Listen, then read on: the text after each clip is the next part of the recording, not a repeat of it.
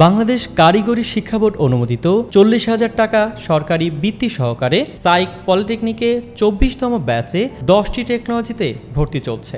কোর্সগুলো হলো diploma in mechanical engineering, diploma in automobile engineering, diploma in marine engineering. এছাড়াও আরও রয়েছে 7টি টেকনোলজি।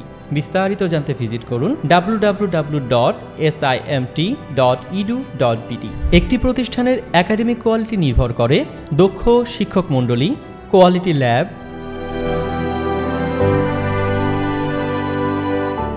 এবং অন্যান্য একাডেমিক অ্যাক্টিভিটি দ্বারা। Industry linkage, industry tour, decent job placement.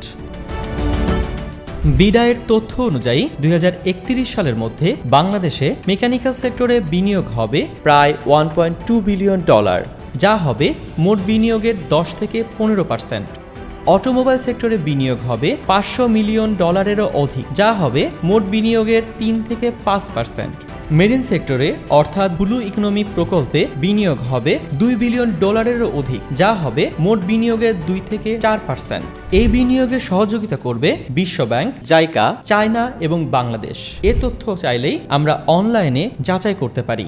Mechanical, automobile এবং মেরিন সেক্টরে সরকারি, বেসরকারি ও আন্তর্জাতিকভাবে বেতন স্কেল হবে গড়ে 28,000 টাকা থেকে 3,50,000 টাকা পর্যন্ত। ভর্তি হতে আজই যোগাযোগ করুন 01936005818 অথবা 01936005816 মিরপুর, ঢাকা। পরিদর্শনপূর্বক ভর্তির সিদ্ধান্ত নিন।